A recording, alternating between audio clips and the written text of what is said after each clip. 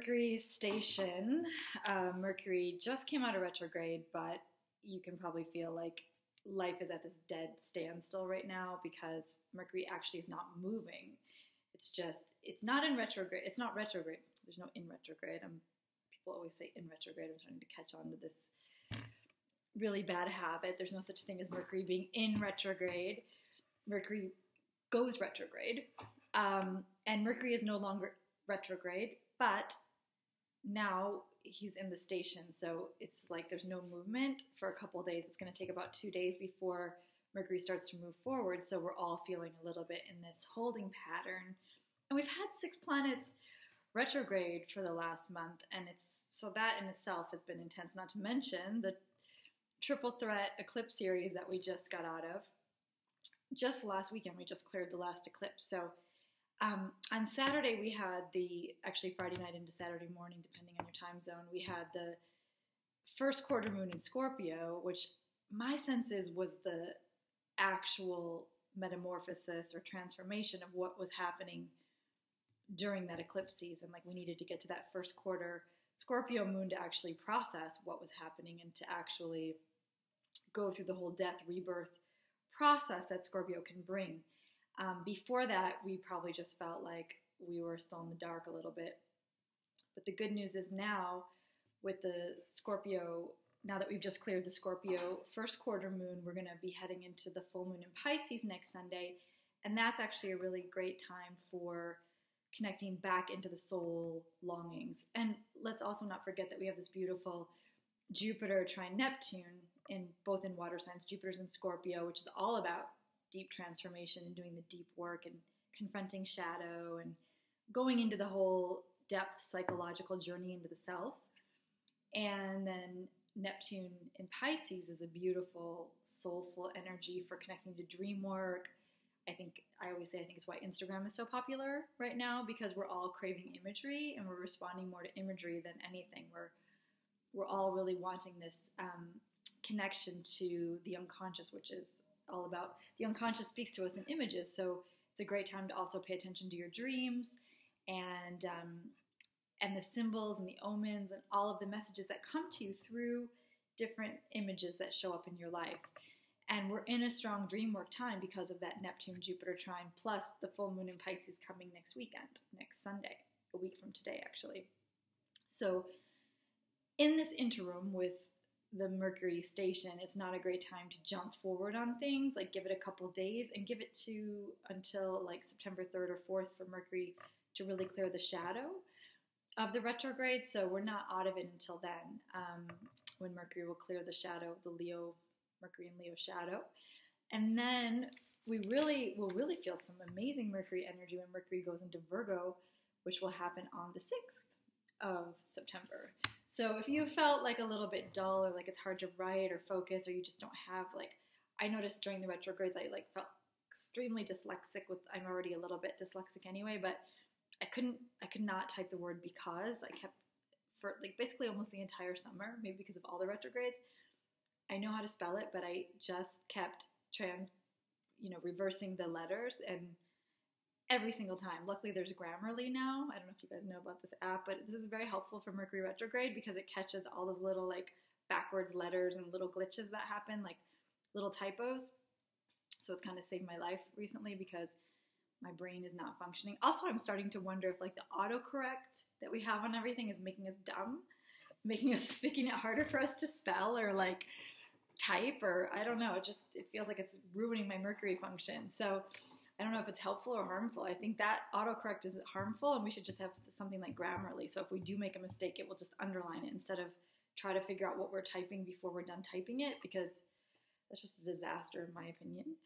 Anyway, I'm off course, but that's kind of par for the course for Mercury station. It's hard to stay focused right now, and it's also difficult to make decisions for the future. So if you've been on the fence and you've been really indecisive lately, extra indecisive, you're not alone, but just wait a couple days for an ability to actually get the clarity that you've been looking for to make the bigger decisions. I think that's really important as we move forward. we need a little more of that traction. And it's been difficult to get traction or momentum going because of all these retrograde energies. Mercury's going to be one of the first ones to come out of retrograde, so that's going to help us a lot. But then after the 27th, we'll have Mars coming out of retrograde, so our energy should shift too, and it should be easier for us to start to move forward on a physical level and with action. So September is going to feel like a huge surge after the summer of eclipses and everything holding us back. This summer, we're going to probably feel like, oh my God, things are moving so fast, and I want to get everything done that I haven't been able to get done over the summer. And all that reworking, revamping, reviewing, researching, retreating that went on over the summer is going to be suddenly shifting into fast forward, get it done momentum. Because that's the big shift that we're about to encounter with Mercury and then Mars coming out of retrograde. Of course, we still have Saturn in retrograde, Uranus in retrograde, Neptune in retrograde. What else is in retrograde? Venus is going to go into retrograde in October. That's the next big one, which will affect our relationships. So that's another video. Other than that, the big focus of the week is going to be this full moon in Pisces coming. So like I said, watch your dreams. Pay attention to what's going on in the unconscious, because Pisces is the moon archetype. It rules the unconscious. And I will make another video for the full moon in Pisces before it comes, but I wanted to talk about Mercury in this video because a lot of people are saying, wait, Mercury's out of retrograde, but it just went out last night. But I feel like I can't get anything done. I feel like nothing's working. It's even worse than when it was retrograde. Why is that? And just remember, we always need a few days for Mercury to get some momentum, and then not until the 4th to like really clear the shadow. So anything that got messed up or glitched out during the retrograde, we need to wait until we're in this post-shadow period to get it right. So just be patient with that. And then also I wanted to invite you, I'm going to be doing a 40-day, for those of you who know I do these Project 40s. The next one I'm devoting to Mercury because Mercury's about to go into Virgo, and we're also about to enter the Virgo season. That's the other big news of the week is on Thursday, the sun is entering Virgo, which is Mercury's sign, and it's that back to school feeling. But to me, it's more about like going back to rituals and going back to self-care, really. Like the Virgo is so much to me about the self-care work that we do on a daily basis. Virgo is all about like the 6 glasses of water a day and getting enough sleep and eating healthy and meditating and doing all the things that we know are good for the self, like taking the spiritual down into the practical, I feel is Virgo's real balance to Pisces. And that polarity is going to come up next weekend, but you'll feel the shift this week going from Leo to Virgo, because Leo is so much about, it's much more, it's fixed fire, it's really creative, and it's really all about the inner child and the self-expression, building self-love, self-confidence that we've been working on. With eclipse season, it's been even stronger. And we've been in that Leo-Aquarius axis all summer, like really hardcore Leo-Aquarius, because Mars has been retrograde in Aquarius. Mars recently just came out of that. It's still retrograde, but it's in Capricorn. So Mars is actually in the sign of exaltation right now, retrograde. So he's really strong.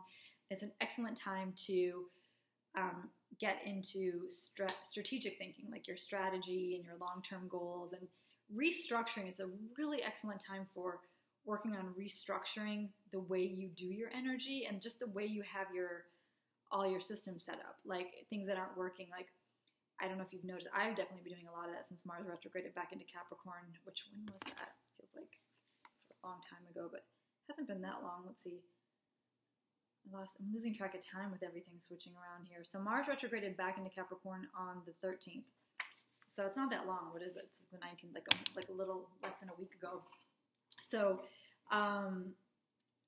so this past week has been a good time to start getting into that. I've noticed, I've reworked a lot of my credit card things that I had, I had the wrong account numbers, just stupid things like that. And my miles weren't going to the right cards. I wasn't getting them, things like that. Or just restructuring so things flow better and work better and support you better. It's a good time to look at all those boring, annoying things that, actually support you in the long run.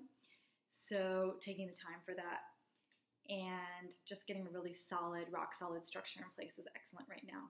So I recommend that. And then like I said, moving out of this Aquarius Leo dynamic into Pisces, Virgo, now is the time for us to really focus on combining or like healing the mind-body split or the soul-body split, because Virgo and Pisces is so much. Whoops. Okay, my screen just went black. Hello, retrograde. Is so much about that split and having to bring them together. Like, so bringing the spiritual and the earth plane together is what we're going to be working on. And bringing our soul longings and our dreams down into the physical realm through ritual, through intention, through practical action. So anyway, that's going to be a big focus for what we're doing for the 40 days, the next 40 days. And it's a special Project 40 I'm doing because I was only supposed to have one left, which was going to be devoted to Jupiter. I was on the last planet, but not the last, it's out of order because I did Saturn at the beginning of the year for Capricorn. But Jupiter's number 40, and I had done Mercury already, but I wanted to do the Virgo side of Mercury. So Mercury likes to do things double, if you haven't noticed. Everything's in twos with Mercury. So I also wanted to collaborate with one of my favorite magicians and Virgos, who has created Sacred Depths Coaching, Joanna Lindenbaum. So she's going to be my partner for the next Project 40, the next 40 days, and we're going to start on Thursday. So we hope you'll join us. And thanks so much for watching, and please subscribe to my channel if you don't already. And I'll be back with the full moon in Pisces update next. Thanks for watching.